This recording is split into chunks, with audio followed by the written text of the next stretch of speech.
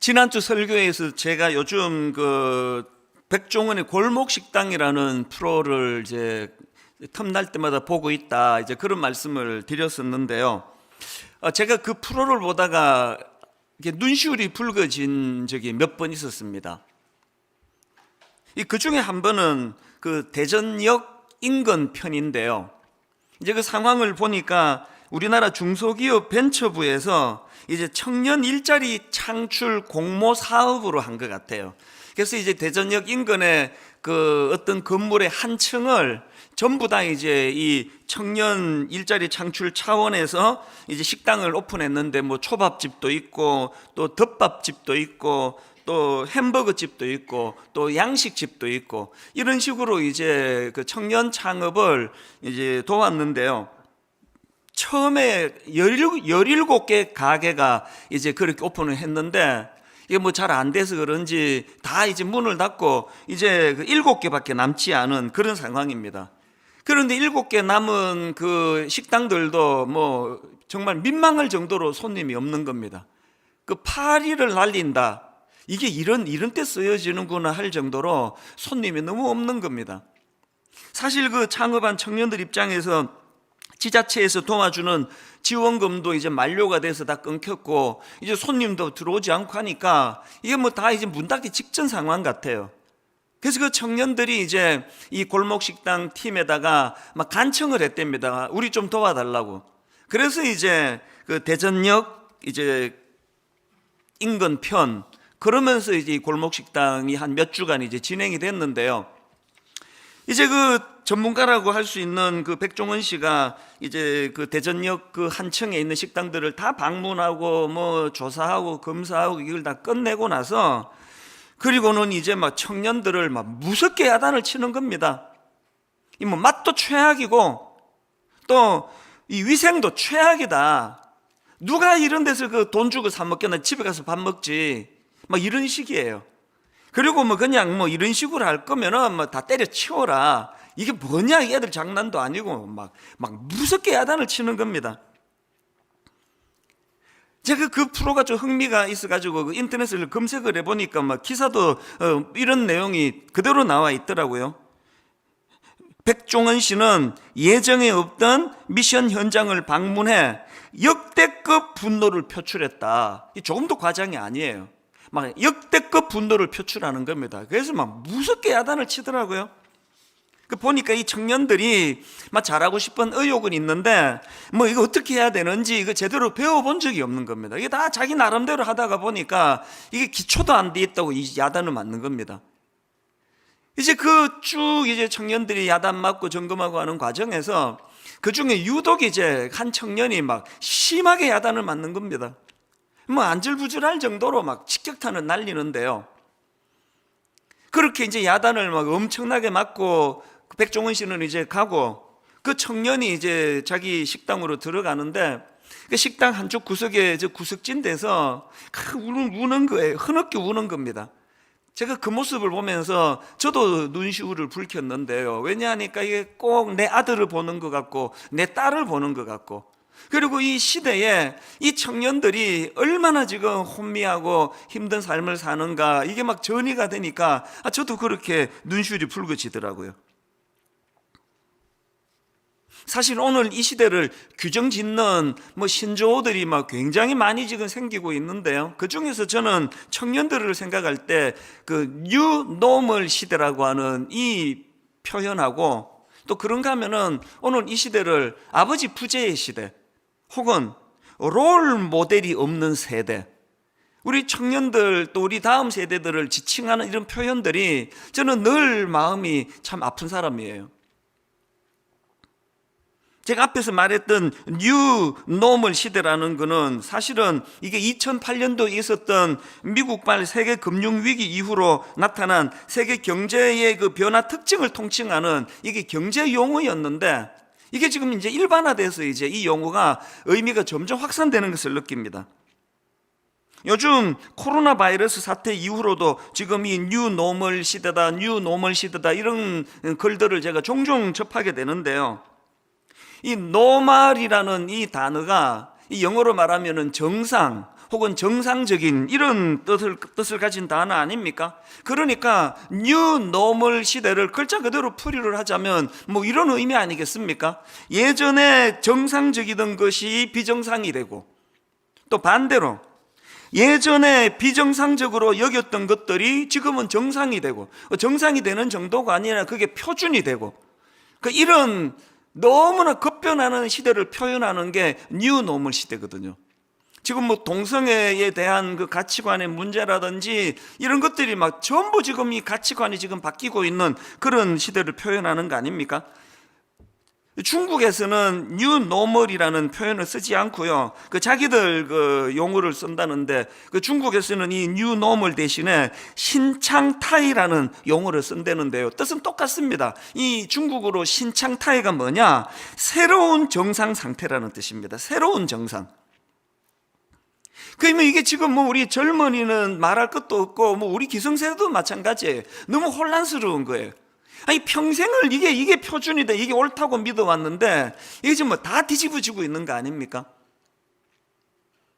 게다가 지금 막 이렇게 기존 질서가 바뀌는 것도 너무 혼란스러운데 그 속도가 너무 빠른 거예요. 세계적으로 그 대한민국이 지금 이 속도의 변화로 치면은 뭐 1, 2위를 다툴 겁니다. 왜냐하니까 유럽이나 미국 같은 이 서구 사회가 무려 300년, 400년에 걸쳐서 그렇게 천천히 진행되던 이 근대화를 우리나라는 불과 40년 만에 이거 다 뒤집어 버린 거 아닙니까? 그러니까 지금 뭐 기성세대, 청년세대 할 거 없이 이 뉴 노멀로 표현되는 모든 질서가 지금 다 바뀌지고 뒤집어지는 것도 혼란스러운데 속도가 너무 빠르니까 이게 뭐 그냥 뭐 정신적으로 멀미가 나는 거예요. 많은 청년들이 이 미래가 두려운 겁니다. 한 번도 안 가본 길인데 모든 질서가 다 뒤죽박죽이 되고, 게다가 엎친 데 덮친 격으로 지금 아까 제가 이 시대를 표현한 게 아버지가 없는 세대라 그랬지 않습니까? 아버지가 없는 세대라는 말은 다른 말로 하면은 롤 모델이 없는 세대라는 뜻이에요. 아니 뭐 기성세대도 지금 처음 겪는 지금 세상인데 뭐 누구를 우리가 지도하겠습니까? 조금 전에 제가 이 백종원의 골목식당을 보면서 몇 번이나 눈시울을 붉혔다 그랬는데요, 또 어떤 프로에서 저도 똑같이 또 눈시울을 붉힌 적이 있는데 그 서울의 어느 식당인데, 거기는 이제 이 청년의 아버지가 뭐 부재하신지 엄마하고 이 청년이 둘이서 이제 식당을 운영하는데요, 그날도 막 백종원 씨가 막 민망할 정도로 야단을 치더니 이 청년은 막 더 심하게 야단치는 것 같아요. 뭐 의도적으로 그런 것 같기도 한데요, 이 청년이 막 엄청나게 꾸지람을 듣고 막 그냥 막 얼굴이 화끈거릴 정도로 막 그냥 온 그 시청자가 다 보는 앞에서 그랬으니까요. 그렇게 하고 이제 백종원 씨가 가고 나니까 이 청년도 그 구석에, 그 주방 구석에서 막 흐느끼 우는 거예요. 오열을 하는 겁니다. 그 엄마가 그 아들을, 우는 아들을 보는데 마음이 얼마나 아프겠습니까? 그 엄마가 그 우는 아들 많이 힘들지 그러면서 이제 등을 두드려주고 위로하고 그 장면을 보면서 저도 눈시울이 붉어졌는데, 그런데 이 청년이 이제 수건으로 눈을 다 닦고 그렇게 하고는 하는 말이 너무 인상적이었습니다. 마음은 아픈데 울고 났더니, 지적받고 났더니 속이 후련하다고, 속은 후련하네, 그러면서 다시 이제 주방으로 뚜벅뚜벅 걸어가서 의욕을 가지고 또 시도하는 그 모습이 너무나 인상적이었습니다. 왜 인상적이었을까요? 아버지 부재의 시대니까요. 롤 모델이 없는 시대니까요. 꿈을 가지고 식당은 열었지만 뭐 누구 하나 가르쳐주는 사람이 없었는데 막 혼을 내면서 그렇게 가르쳐주니까 마음은 아프지만 그래도 용기가 생기고 의욕이 생기니까 속은 후련하다고. 저는 바로 그 지난주인데요, 이제 제가 아끼는 한 후배 목사님하고 이제 만나서 이런저런 대화를 나누는데, 이제 이 후배 목사님은 옥하는 목사님 계실 때 이제 그 제자 훈련을 이제 더 다듬고 이런 일을 위해서 옥하는 목사님을 가까이서 도왔던 그런 후배예요. 그래서 이제 이런저런 대화를 나누는데 뭐라고 얘기하는가 하니까, 만약에 지금 옥하는 목사님이 살아 계시다면 그리고 자기가 수고한 걸 참 조금이라도 이제 인정해 주시면서 칭찬해 주신다면, 그래서 목사님이 이런 말씀을 하신다면 그 가정으로 그러더라고요. 옥 목사님이 이 목사님 보고 네가 얼마나 그 제자 훈련을 위해서 애쓰는지 내가 다 안다. 수고한 건 내가 다 안다. 그래서 나도 네한테 뭐 하나 해주랴, 뭘 도와주랴. 만약에 목사님이 살아계셔서 그렇게 물으신다면 자기는 뭐 바로 대답할 게 있다는 거예요. 이렇게 말씀을 드릴 것 같답니다. 목사님 아무것도 필요 없고요, 목사님 1년에 한 번만 시간을 내주신다면, 지금 개척 교회를 하고 있거든요. 1년에 한 번만 저를 만나 주신다면 다른 아무것도 저는 바라는 게 없습니다. 이렇게 말씀을 드릴 것 같다는 겁니다. 그 얘기를 듣는데 참 마음이 짠해지더라고요. 롤 모델이 없는 시대, 얼마나 그 스승이 그리웠으면 그런 생각을 하고 있겠냐고요. 이렇게 너무나 급변하는 이 세상 속에서 혼란을 겪고 있는 우리 자녀 세대, 우리 다음 세대인데요, 그래서 그들을 지도해 줄 수 있는 이런 롤 모델이 없는 아버지 부재의 시대. 그 가정이 우리 부모도 어려워요. 자녀들이 우리 부모를 롤 모델로 생각 안 합니다. 뭐 웃기면은 막 아재 개그다 그러고 웃지도 않고, 뭐라고 지도해 주면은 아빠는 세상이 얼마나 달라졌는지 모른다 그러고 인정을 못 받는 아픔을 우리 부모가 겪고 있고요. 이것도 자녀들에게 고스란히 피해가 가는 거 아닙니까? 우리 어릴 때는요, 아버지가 매를 드셨어요. 그러면 늦게 다니고 그러면은 막 종아리 맞는 친구도 있었습니다. 그리고 조금 이제 그 과격한 부모님도 그렇게 하시면 안 되는데, 그 딸이 자꾸 늦게 들어오면은 막 가위로 머리를 잘라버리고 이런 일들이 우리 시대에 있었거든요. 그래서 뭐 상처는 받지만요, 거기에 항변은 안 하는 거예요. 왜? 기준이 같았으니까요. 지금 아빠가 왜 이렇게까지 조치를 취하시는지, 화를 내시는지 공감을 하니까 내가 잘못했지, 이런 교육이 가능했던 시대인데 지금은 교육이 안 됩니다. 그 뭐 가위 들고 머리 자르는 거 고사하고 왜 이렇게 늦게 다냐고 말을 하면은 바로 나오는 이야기가 온 동네 애들이 다 그러는데 왜 아빠만 그러느냐고, 아빠 너무 이거 그 구식 아니냐고. 이 교육이 안 되는 시대예요. 이게 아버지 부재의 시대 아닙니까? 그럼 어떻게 해야 됩니까? 제가 이런 문제로 고민을 하고 있을 때에 하나님께 답을 구했을 때 주신 게 오늘 본문 에베소서 6장 4절 말씀입니다. 또 아비들아, 너희 자녀를 노엽게 하지 말고 오직 주의 교훈과 훈계로 양육하라. 제가 오늘 설교 제목을 견고한 기초 만들어주기, 자녀들에게 이런 마음을 가지고 설교 제목을 정해봤는데요, 에베소서 6장 4절이 바로 견고한 기초를 만들어주는 두 기둥이라고 저는 생각합니다. 저는 저 에베소서 6장 4절에 나오는 오직 주의 교훈과 훈계로 양육하라, 여기 나오는 교훈이라는 기둥, 훈계라는 기둥으로 아이들에게 견고한 믿음의 지침을 세워줘야 된다는 겁니다. 제가 꽤 많은 책들과 추석을 뒤지면서 여기 나와 있는 교훈의 원뜻이 뭘까, 또 그 다음 나오는 훈계의 원뜻이 뭘까, 이 자료들을 제가 쭉 살펴봤는데요, 근데 제가 당황스러운 게 이 해석이 너무 다양한 겁니다.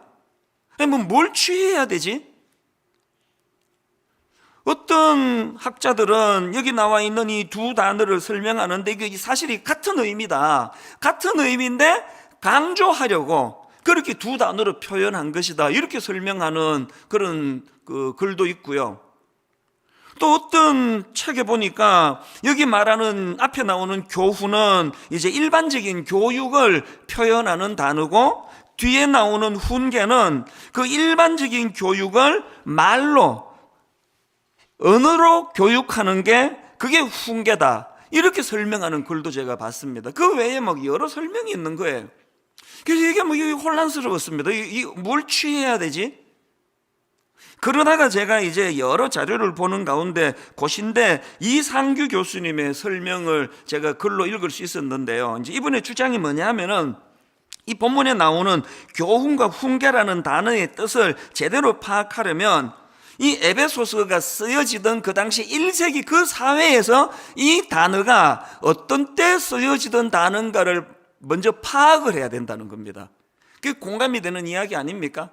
그래서 제가 오늘 이 이상규 교수님의 그 주장을 바탕으로 해서 에베소서 4장에 나오는 이 두 기둥, 교훈과 훈계라는 이 두 기둥에서 예수 믿는 우리 부모들이 자녀들을 놓고, 자녀 문제로 놓고 우리가 숙제처럼 기억해야 될 두 가지를 거기서 제가 좀 추출을 했다 그럴까요? 뽑아봤습니다. 자, 우리가 반드시 이루어야 될 첫 번째 숙제가 뭐냐? 신앙적인 가치관 교육이 이루어져야 된다는 겁니다. 이거 어디서 제가 뽑았느냐? 6장 4절을 다시 한번 보십시오. 또 아비들아, 너희 자녀를 노엽게 하지 말고 오직 주의 교훈과 훈계로 양육하라 할 때 먼저 나오는 이 주의 교훈으로 양육하라. 여기 나오는 이 교훈이라는 단어는 헬라어로 파이데이아라는 단어인데요, 1세기 당시에 이 단어는 어떻게 사용되었느냐? 이 자유시민을 위한 교육. 이게 왜 의미가 있느냐 하면은, 이 자유시민이라고 했을 때 또 다른 교육이 뭐냐? 노예 교육이 있었다. 노예 교육. 그래서 이제 이 노예들을 위한 교육은 전부 기능적인 거 아닙니까? 노예 생활을 잘할 수 있도록 직업 교육, 기술 교육, 이런 것들을 가르치는 노예들을 위한 교육에는 이 파이데이아라는 단어를 쓴 게 아니고요, 이 파이데이아는 자유시민을 위한 교육. 그래서 이제 자유시민으로서의 그 성숙한, 인격적으로 성숙한 교양교육, 이게 파이데이아라는 겁니다.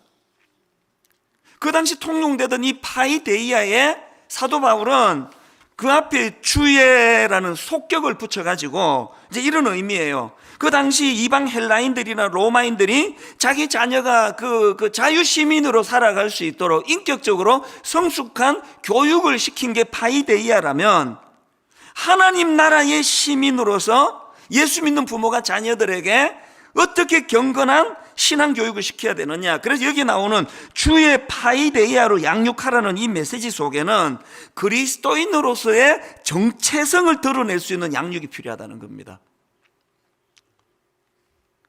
노예처럼 살지 않기 위하여 시민의식을 가지고 살도록 파이데이아 교육을 그 사회가 시켰다면, 예수 믿는 가정은 국적불명의 이상한 그런 사상과 교육이 들어오지 않도록 그리스도인으로서의 정체성을 드러낼 수 있는 양육을 해야 된다. 이게 주의 교훈이라는 거예요. 이런 교육이 이루어지고 있습니까? 우리 집사님 아들이, 권사님 딸이, 나 크리스찬이야, 난 세상 사람과 달라, 저도 자녀 교육을 시키다 보면은 우리 아이들이 억울해할 때 가끔씩 나오는 표현이, 아빠, 딴 집 애들 다 물어보세요. 통금 시간이 이렇게 빠른가? 더 내가 난감한 게 또 그 다음 말이래요. 우리 집사님 가정에 한번 물어보세요. 그 말이 사실일까봐 나 지금 못 묻고 있습니다. 우리 집 애들이 자기 아빠가 목사라는 것 때문에 불편한 거예요. 이 불편을 해소시키면 어떻게 해야 돼요? 목사 가정으로서의 이 긍지, 이 정체성을 놓고 자존감이 회복되도록 정체성 교육을 시켜야 된다는 게, 무조건 뭐 이것도 하지 마라, 저것도 하지 마라, 뭐 늦게 들어오지 마라, 이런 걸로만이 아니라 이 정체성 교육을 시켜야 된다. 이게 여기 첫 번째 나오는 주의 교훈이라는 의미고요.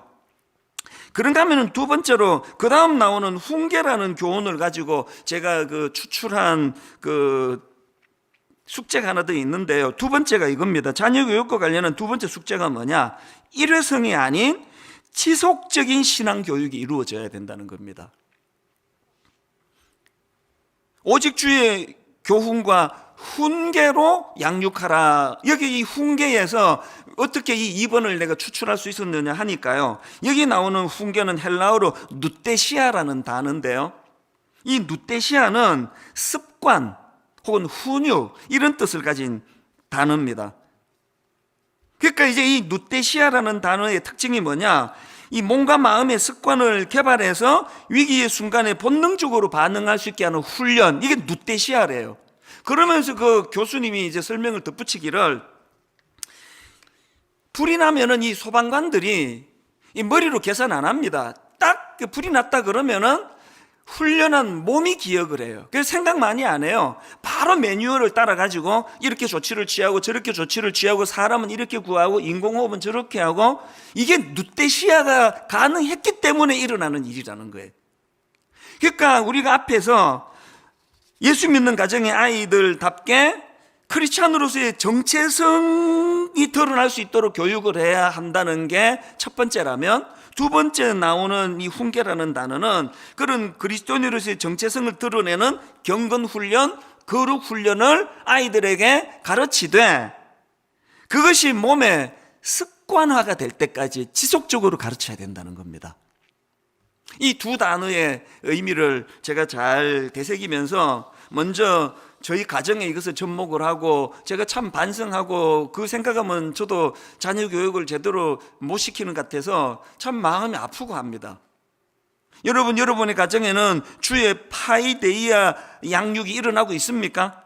아이들이 이렇게 혼미한 시대에도 불구하고 나는 예수 믿는 가정에 나는 크리스찬이라는 정체성을 가지고 흔들림 없도록 그렇게 교육을 하고 있습니까? 그런가 하면은 주의 누떼시아 그렇게 가치관 교육에 힘쓰되 그냥 잔소리 몇 마디 하는 게 아니라 이것이 몸에 익을 수 있도록, 습관화가 될 수 있도록, 긍지가 몸에 배일 수 있도록, 거룩이 몸에 익숙해질 수 있도록, 모든 세상 친구들이 막 어떻게 사는지 상관없이 나는 그리스도인으로서 나는 이런 거룩을 향하여, 나는 경건을 향하여 몸에 배어 있는 교육을 받았다. 이 누떼시아 교육이 이루어지고 있습니까? 코로나 바이러스가 막 확산되던 즈음에 제가 21일 기도회 그때 그 느헤미야를 가지고 21일간 말씀을 전했던 그 아마 많은 분이 참여하셨는데요. 그때 전했던 말씀이 제가 이 말씀을 묵상하는데 이게 불쑥 떠오르는 겁니다. 아마 그 들은 분이 많이 계실 텐데요.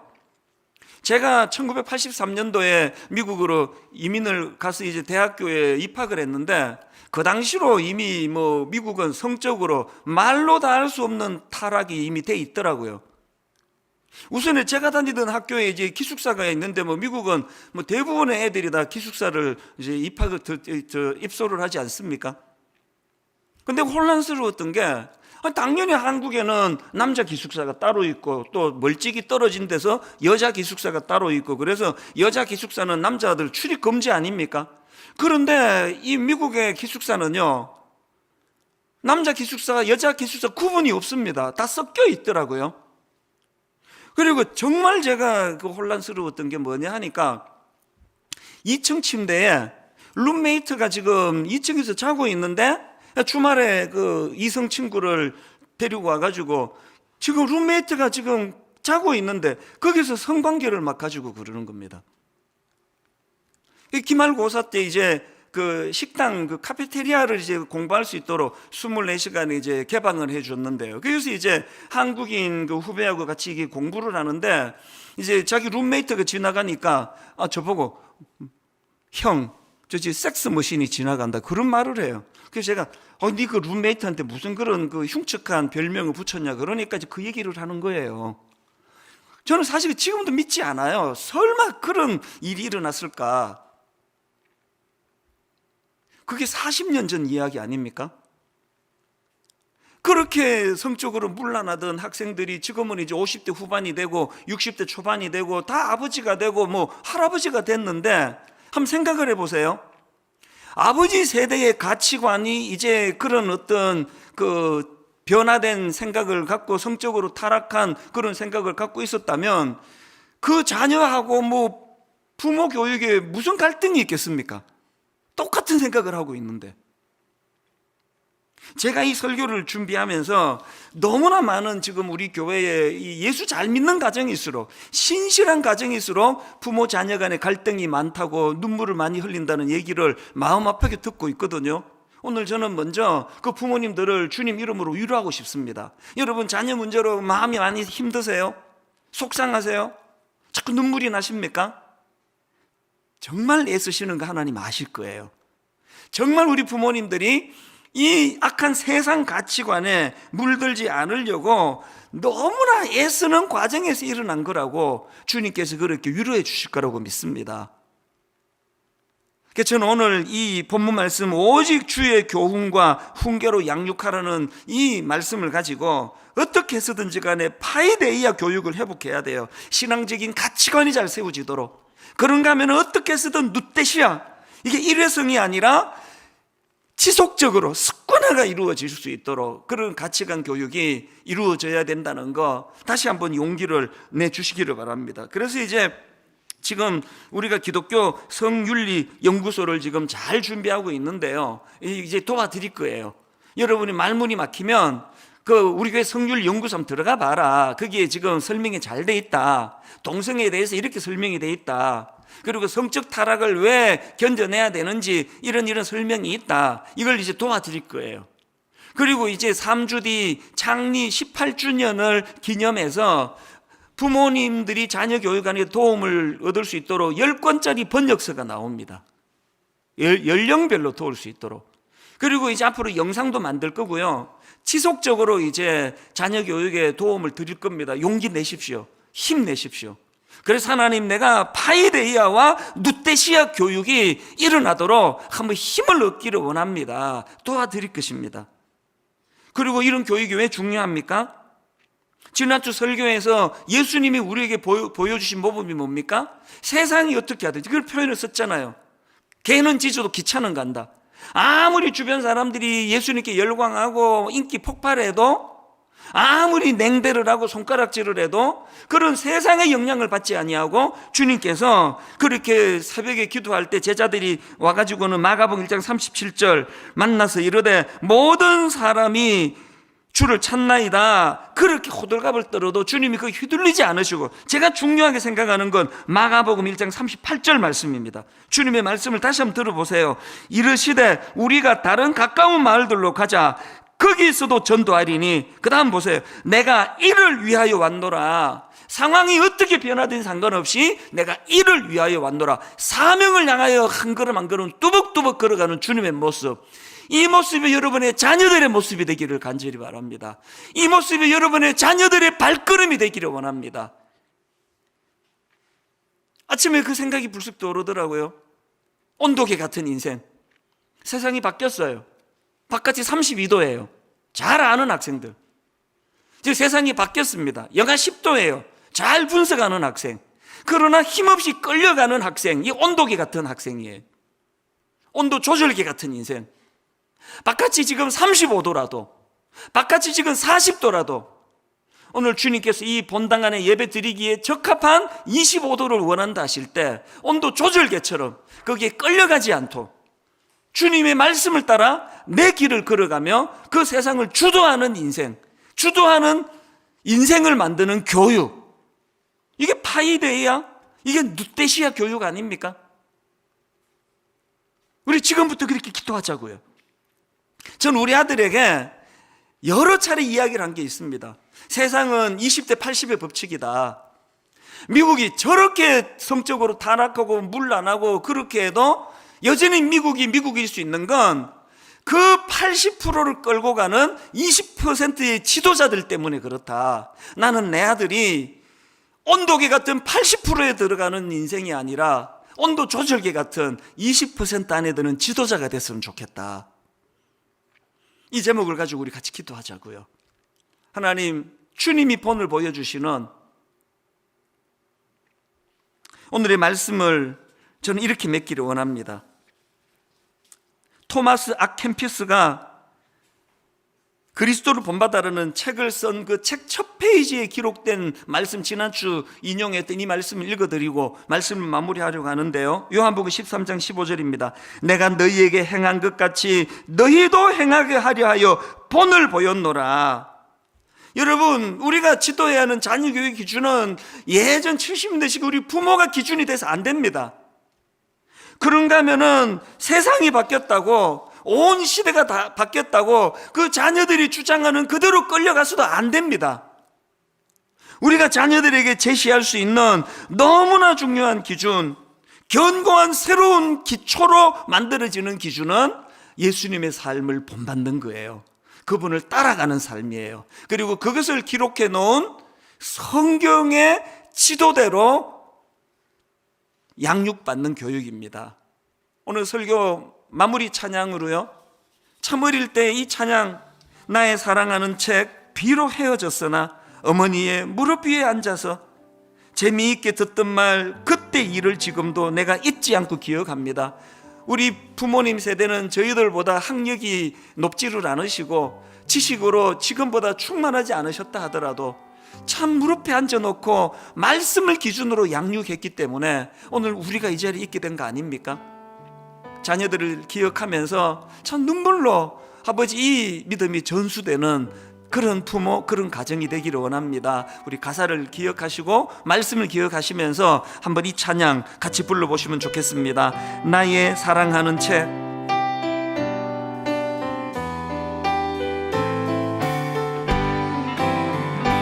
나의 사랑하는 채 비록 헤어졌으나 어머님의 무릎 위에 앉아서 재미있게 듣던 말 그때 일을 지금도 내가 잊지 않고 기억합니다.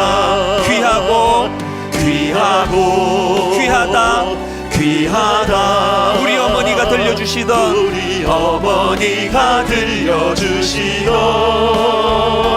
재미있게 듣던 말 이 책 중에 있으니 이 성경 우리 다 자리에서 일어나셔서 우리 1절 한 번 더. 나의 사랑하는 채 비록 헤어졌으나 어머니의 무릎 위에 앉아서 재미있게 듣던 말 그때 일을 지금도 내가 잊지 않고 기억합니다. 귀하다 우리 어머니가 들려주시던 재미있게 듣던 말 이 책 중에 있으니 이 성경 심히 사랑합니다. 오늘 축도 바로 연이어 우리 자녀들과 드리는 너무 좋은 예배가 준비됐기 때문에 제가 마무리 기도하고 축도로 예배를 마치겠습니다. 축도 마치면 아이들과 더불어서 오늘의 말씀과 오늘 주는 은혜를 되새기는 그런 시간으로 주님 인도해 주실 줄을 믿습니다. 같이 기도 드리시겠습니다. 하나님 아버지, 너무나 혼미한 시대를 살아가고 있습니다. 뉴 노멀 시대라는 이 표현이 참 마음을 아프게 합니다. 평생을 이게 진리라고 믿고 이것을 가지고 따라가고 있는데 그것이 틀렸다고, 이젠 새로운 진리가 생겼다고 끊임없이 우리를 혼란에 빠뜨리고 호도하게 만드는 그런 시대를 살아가고 있습니다. 하나님, 우리 자녀들은 더 큰 혼란에 빠져 있습니다. 뭘 기준으로 자녀들을 교육해야 될지 난감하게 짝이 없는 시대인데 오늘 주신 말씀처럼 주님의 말씀이 기준이 되고 예수 그리스도의 삶이 기준이 되어 하나님 그 아이들을 끊임없이 그리스도인으로서 가치관 교육, 신앙적인 가치관 교육을 시킬 뿐만 아니라 그것이 지속적으로 몸에 배일 수 있도록, 그것이 우리의 자녀들 습관적으로 몸에 배일 수 있도록 그렇게 아름다운 신앙 교육이 일어나도록 도와주시고, 무엇보다도 성령님께서 그 신앙 교육에 개입해 주셔서 능력을 주시고 은혜로 덧입혀 주시옵소서. 이후에 드려지는 예배 가운데도 어린아이 같은 순수한 마음으로 기쁨으로 예배가 드려지도록 은혜 내려 주시기 원합니다.